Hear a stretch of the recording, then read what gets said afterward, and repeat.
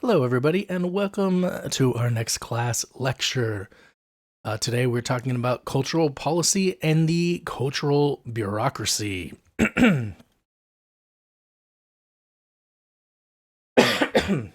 Excuse me. So, if we're looking at the history of cultural policy, we can go look back all the way to 1948 when the United Nations made the Universal Declaration of Human Rights, where they included cultural rights to be actually amongst those rights enumerated in that declaration. So, Article 27 laid it out, where they said, one, everyone has the right freely to participate in cultural life of the community, to enjoy the arts, and to share in scientific advancement and its benefits. And then number two, everyone has the right to protection of the moral and material interests resulting from any scientific, literary, or artistic production of which he is the author. As the book points out, this shows that basic human rights, the basic human right to freedom, property, and development are all expressed within the cultural realm. So, culture being central to human rights, then, it follows that policy must be developed to further those interests of culture. And so, the notion of cultural policy, although existing on some level before that, became part of the conversation of what states would do starting in about 1948 on a more international level.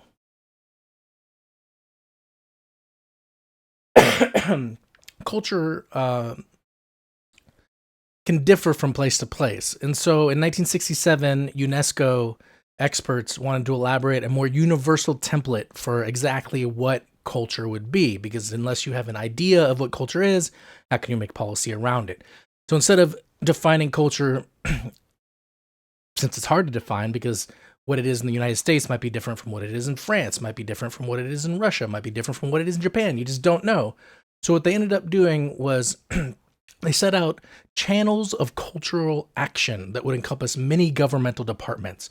So these are the areas that they thought was important for them to actually invest in with policy in order to help create culture. And they were arts and education in schools, informal art training, books, television, radio, cinema, theater, festivals, cultural centers, libraries, museums and galleries, and monuments. So all of these different areas were ways that the government could invest in culture in a way to create cultural policy that would benefit society and help do that, complete that goal that they had of making culture a human right. And beyond just focusing on these areas, cultural agencies would need to then develop statistical models so they can assess and measure the field of culture, because that just didn't exist before that. What impact was it having? What's the best way to go about ensuring that culture is given to the most people possible? There's still things we struggle with to this day is assessing it.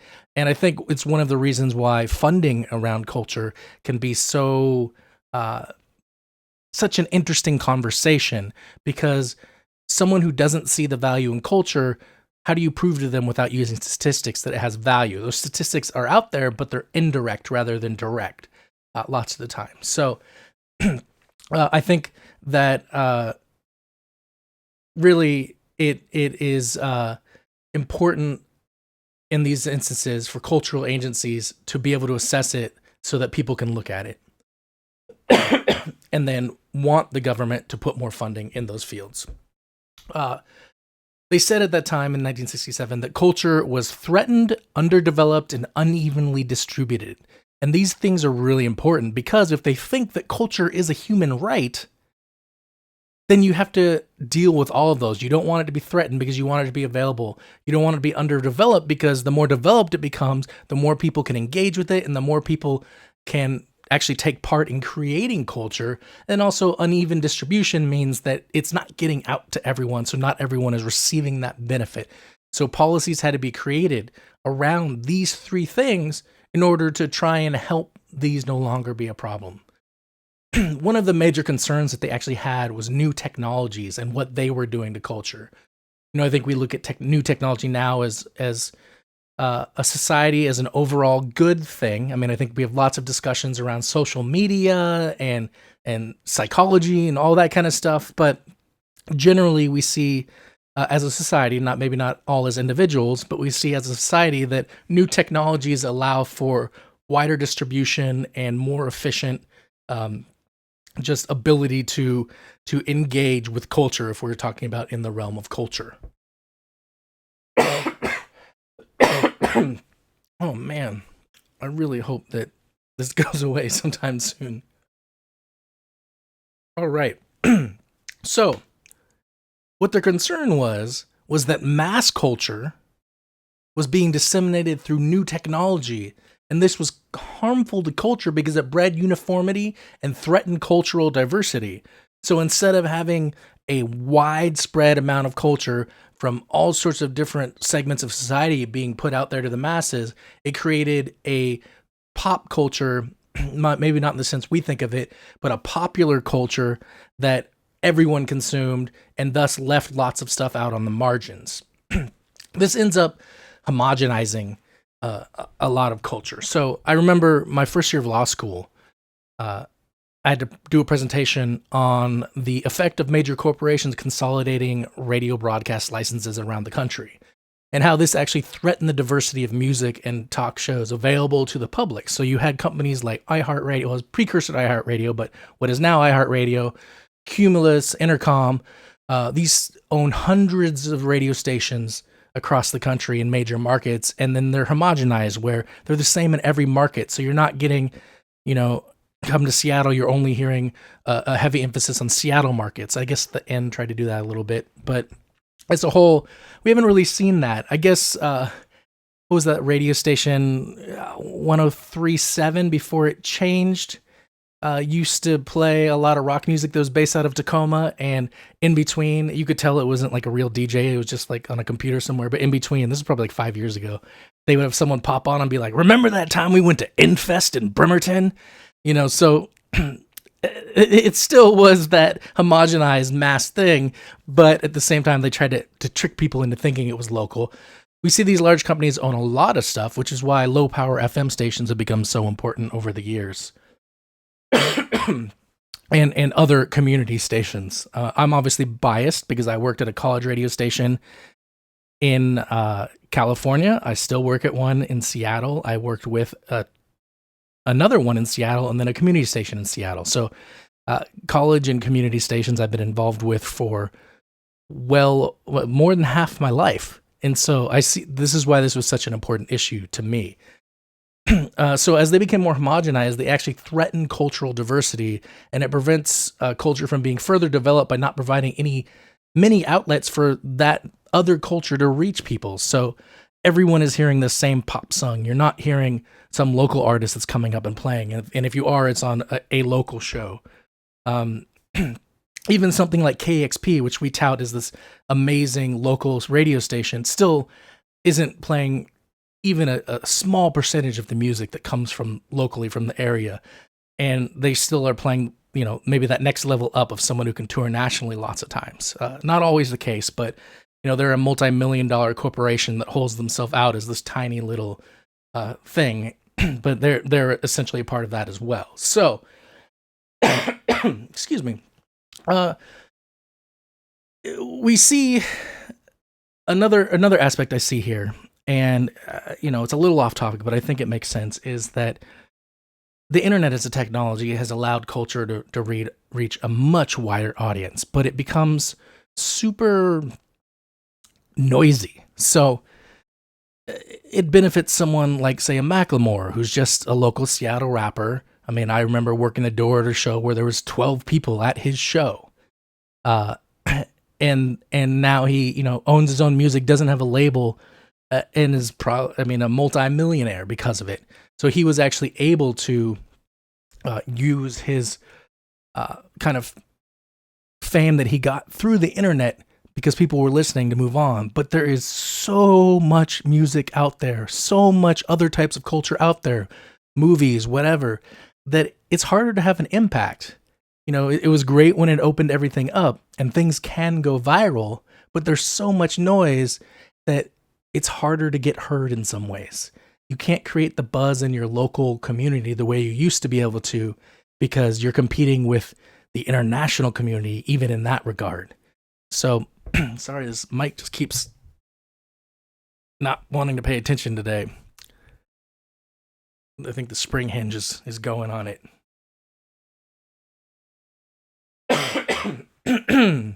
All right, so uh, we talked about radio stations and stuff like that. I think that also plays out in the uneven distribution of culture.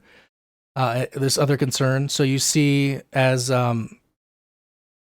oh wait, before I even get to that, I want to talk about the homogenization of radio stations. This is an interesting fact that I just thought of right now that I hadn't prepared for the lecture, but there's a study called the Honky Tonk Gap that looks at the 2004 presidential election.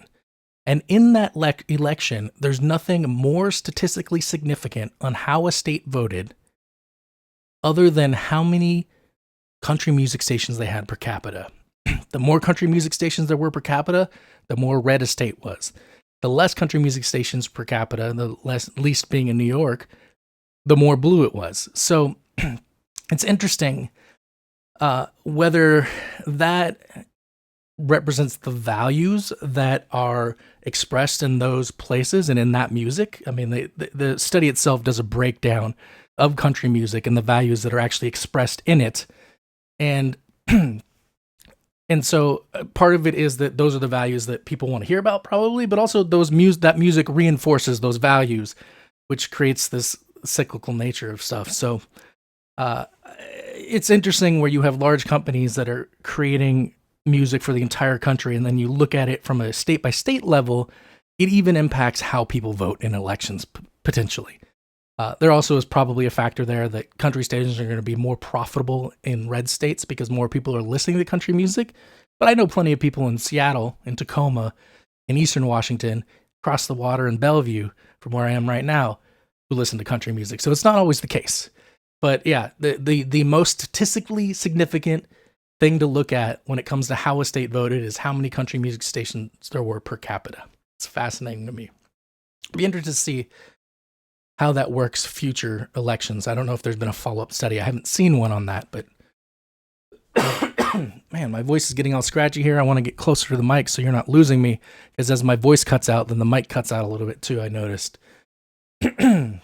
All right, so let's bring it back around. I'll go back to the uneven distribution of culture is an important concern that they felt was greater than just providing cultural through cultural policy. So the book states that poverty, isolation, and lack of education prevent full participation in culture, creating these inequalities. In the ability of an individual to creating these inequalities in the ability of an individual to fully participate in culture and develop as an individual. So they're saying that because they can't engage in culture in the same way that everyone else can, they can't thus fully participate in developing as an individual, because as they stated as a human right, it becomes crucial to have culture to develop as an individual. They say prosperity should be shared and should translate into greater cultural opportunities for all. So then you're looking at policies way beyond culture, because if you're creating prosperity, not just in culture, but everywhere, then people have more free time to engage in culture, and thus prosperity allows for greater self-actualization. It's interesting because for an American, it's a little out here, but if you think about it, who are the people that get to engage in the most cultural type stuff? It's those that have the free time and the luxury to do so. And so those people end up being like the traditional wealthy type of people, or, people who have the ability, I would say middle class and above historically in the United States. Obviously, we have a shrinking middle class at the present, but they basically were seeking to set out the notion of cultural policy that wasn't just for the elites. Culture was a human right in which all individuals should be able to participate. Basically, they felt that culture had several primary values, and then there were some secondary values that came from it as well.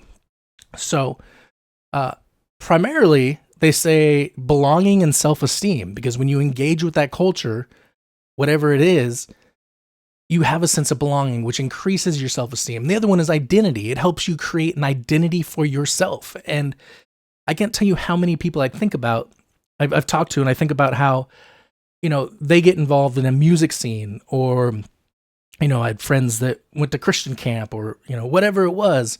My friend Sam, who converted to Islam, like suddenly, as they became part of something, they felt like they belonged somewhere for the first time. And suddenly that does create a self-esteem for oneself. It does create a better identity.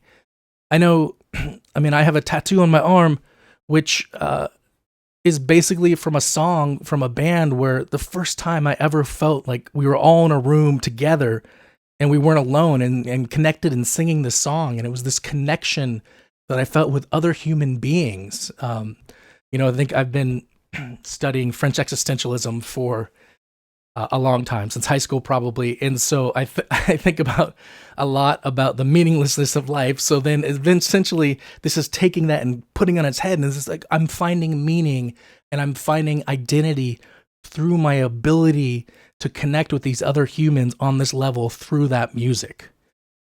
So it doesn't matter, it's not music for everyone, but it's some sort of culture in some way where people are able to connect. I'm just going to be putting up. I'd have to get up and go around and unscrew it and rescrew it back up. So I apologize. I hope it's not too distracting.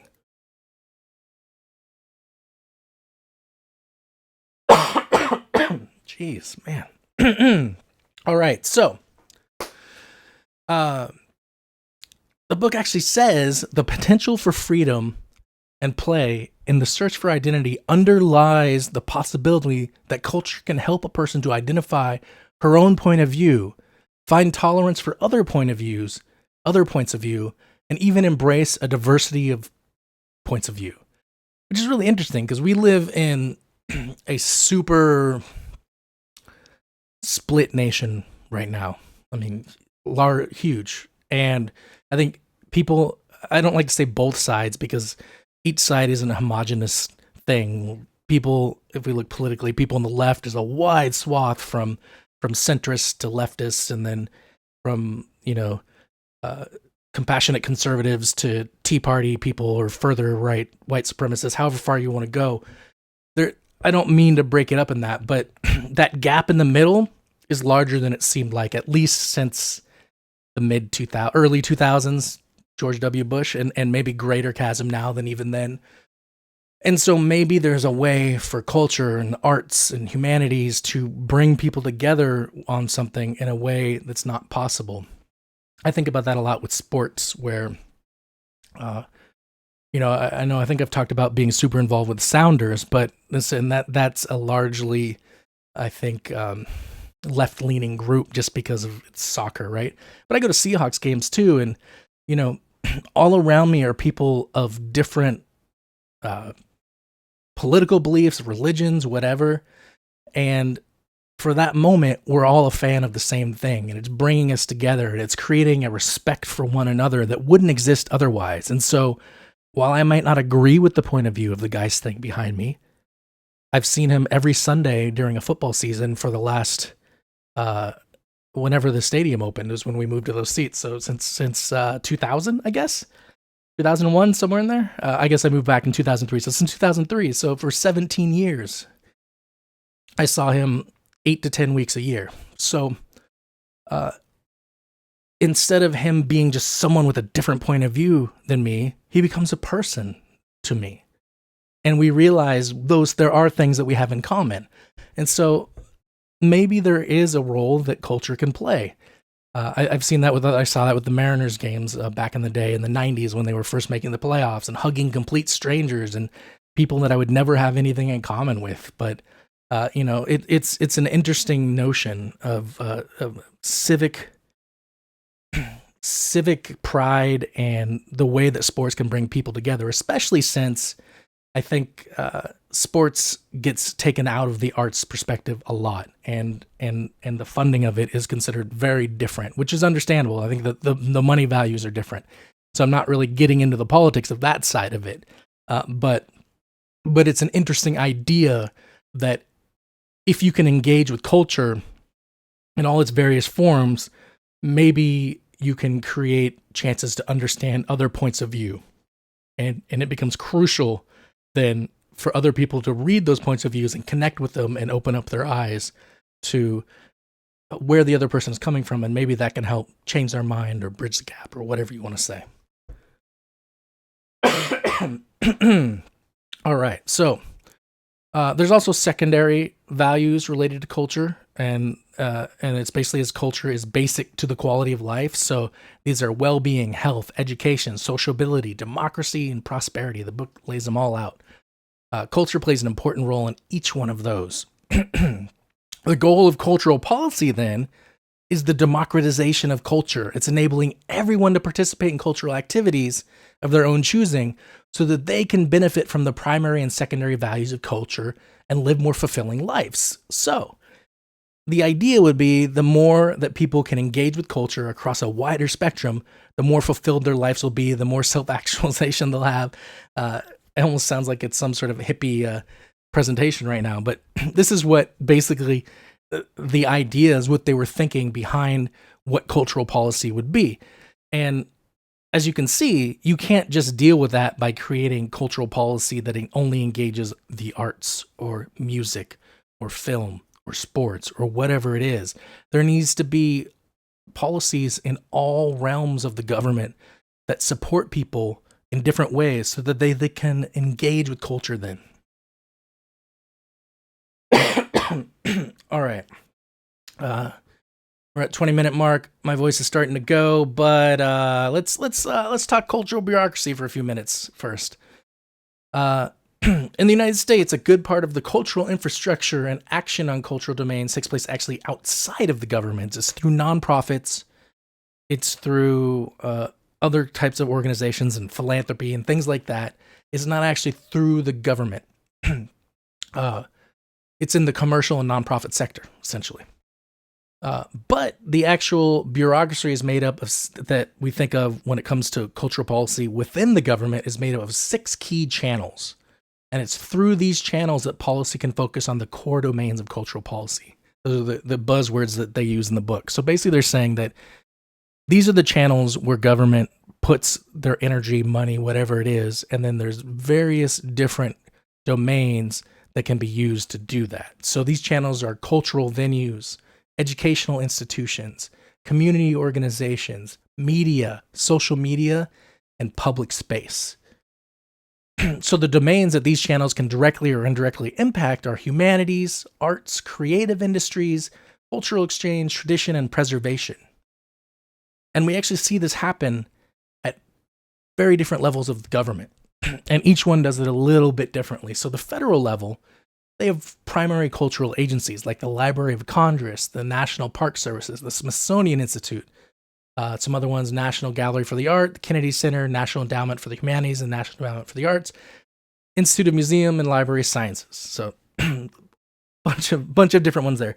So that's what they do at the federal level, is they created those different institutions and galleries and things like that, and they use funding of them in order to create a cultural policy. So you fund them, they push out the culture. They also work at the state level as well, the federal government does. So let's talk about the state level, and then we'll talk about the interconnecting between the two. So on the subnational level, the state cultural bureaucracy can be made of cultural institutions as well. So these can be like state art agencies, state archives, state parks, public universities and colleges like UW-Tacoma, film commissions, stuff like that. And so these can be funded by the states, but lots of times they're actually funded by grants and aid from the federal government to the states. And this actually came out of Lyndon B. Johnson's Great Society back in the 60s. And they created grants that would shape much of the state level bureaucracy for culture, and kind of created this bureaucracy throughout the nation. And they actually do direct federal state partnerships as well to fund a lot of these. On the local level, you also have a cultural bureaucracy, and it can be a lot of these same kind of agencies. You know, we talked before about the Seattle music or film and music office. and they tend to focus on arts and promoting and preserving the arts and humanities. So those can be funded by the state. They're often funded by the city, and different cities do different levels of stuff. I think the book talks about how traditionally it doesn't really get outside of the downtown levels of where towns are, but you look at a city like Seattle where they actually have arts initiatives in the neighborhoods where they go use, it's called For Culture actually, and they give grants to neighborhood groups in order to create culture in those neighborhoods. I was involved in one a few years back with a radio station that was being put in at Magnuson Park. I'm not involved up there anymore, but there was a whole process where we got a grant. We raised money independently as a nonprofit and got a grant from the city, one of the neighborhood grants, that allowed the station to get up and running as a radio station. So we're about 26 minutes into the lecture right now. I think we'll stop there, and we'll pick up the last little section there on cultural bureaucracy as we get into state intervention next time. I just want to remind you all of your policy paper being due on Monday and your first policy paper, and that actually is related to not this week, but the previous week's readings and the videos, some videos as well. And then at the same time, your paper topic is due coming up pretty soon. And so start thinking about your paper. You don't want to just leave it to the last minute. Since I'm bringing up the paper, I want to reiterate that you need to cite your sources throughout it. And also something that I said before, but I'll just repeat, when you're doing your paper, I think it's okay during the introduction and conclusion if you want to somehow relate the topic to yourself, but during the body of the paper, there's no reason to say, I believe. So you don't say, I believe this is a fact. Just say, this is a fact, and then cite it, because it's far more persuasive than saying, I believe this is a fact, because what is your expertise to make you believe that? Well, it's that you just read these sources and they told you, so just cite to the sources. This is a fact, citation. So I would say that. I'll make sure that pretty soon here, it's in the direction, so if you go look at the assignment and look at the final paper, that I actually put the actual rubric up for grading so you can see all the levels of grading. Something else that I would ask, and I'll repeat this again, is that if you are putting a quote that's over 3 lines, put it in a box quote, so rather than double space, bust it out and put it in single space in the middle so it's separate. I think I've had a student in the past that there were so many quotes that it ended up being almost half the paper was over 3-line quotes, so you don't want to do that. You can rephrase things in your own words and then cite the source. You don't just have to quote it. In fact, if you rephrase it in your own word, it's probably going to fit better within the structure of the sentences, and it'll be a better paper. So start thinking about that final paper. I know we still got a ways to go in the quarter, but it's what, 3 weeks out, so it's coming up pretty soon. So yeah, I hope everyone had a great week, and I will see you all next time. Bye, everybody.